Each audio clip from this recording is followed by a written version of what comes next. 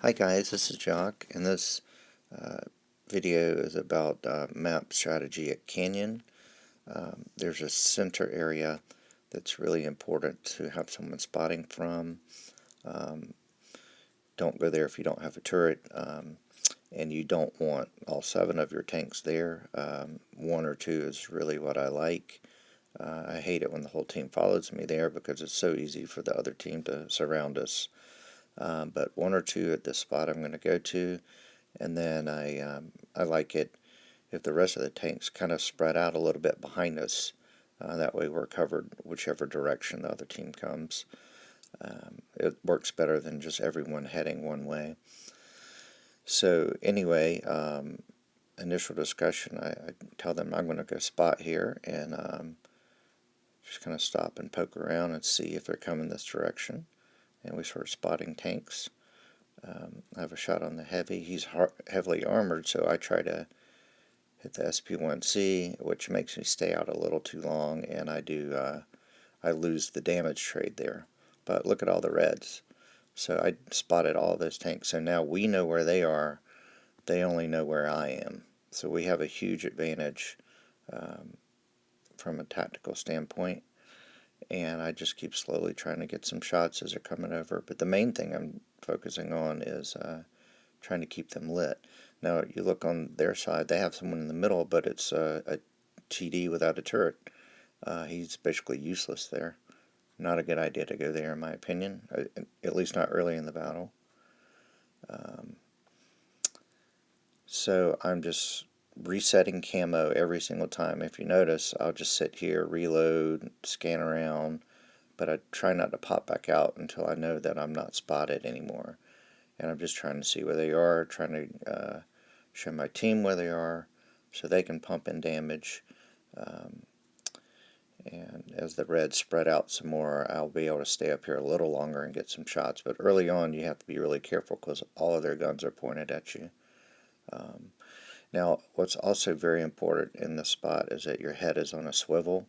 If you don't have a scroll bar, you see at the bottom right, you need to enable it because you have to be able to look around every direction while you're in the middle, or you can get wrecked really easily. So make sure you're looking around all the time. Now we have some reds behind us. So I try to position these rocks between myself and the reds at all times. And I'm just working this ridge line. You'll see I don't even leave here the entire battle. This is a tough armor when you're low tier, but I did have his backside, so I was able to use AP there. But I'd like to get rid of this KB5, so this time I switched to APCR just to make sure. And again, I'm not leaving the spot. I'm just going on each side depending on where the reds are. And I'm taking cover and I'm just taking my time. It looks very simple, and it is sometimes, but if you're not good at scanning around you, looking around you can be a very, very dangerous spot too. So here I'm just taking my time. I think I can reload, but nope, he points towards me. He's got a lot of armor. He's just a waste of time from that position, so let other people deal with him, and I just keep looking around. So the same thing, I know he's trying to come up behind me, and I've got a tank here that's engaged.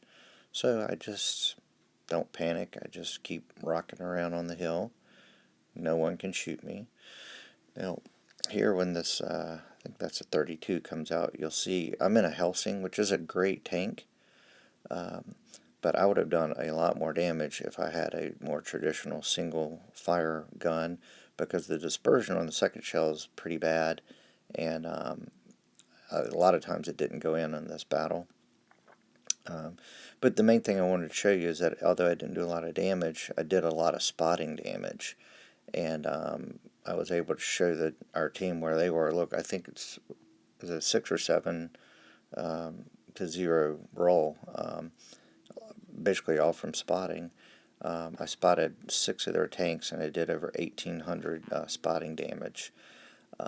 So that's kind of the key there. And again, it's an important control, but you don't want everyone there, and you do have to be careful, and sometimes it is a disaster to be there, but more often than not, it's the power position on this map. So I hope you enjoyed it, and as always, please leave feedback. I'm interested in what you have to say, if this was helpful, and if you'd like to see some more. So thanks, and have a good day.